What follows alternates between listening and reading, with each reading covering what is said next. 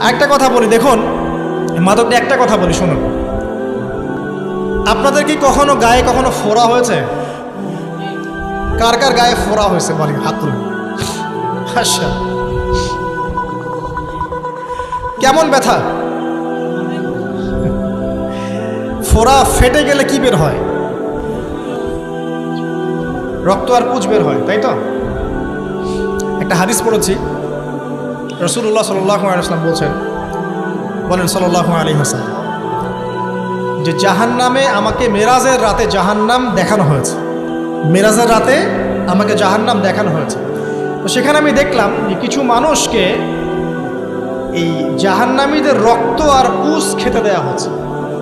মানে আল্লাহ জানেন কেমন করে রক্ত আর পুঁজ পান করতে দেয়া হচ্ছে। কারণ জাহান্নামে পিপাসা লাগবে না, ক্ষুধা লাগবে না, ক্ষুধা লাগবে। খাবার খেতে চাইলে জাক্কুম, আর পানি খেতে চাইলে হামিম, গরম উত্তপ্ত পানি।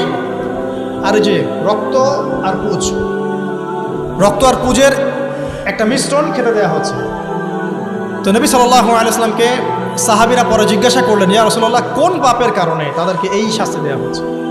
নবী করিম সাল্লাল্লাহু আলাইহি ওয়াসাল্লাম বললেন, তাদেরকে এই শাস্তি দেওয়া হচ্ছে একটা পাপের কারণে, সেটা হলো মাদক দ্রব্য সেবন করা। আর ওই পানীয়টার নামও নবীজি বলে গেলেন, তার নাম হচ্ছে তিনাতুল খাবাল। কি নাম? তিনাতুল খাবাল। এই তিনাতুল খাবাল মানে জাহান্নামীদের রক্ত এবং পুঁজ, এটা খেতে দেওয়া হচ্ছে মাদকদ্রব্য সেবনকারীদের জন্য।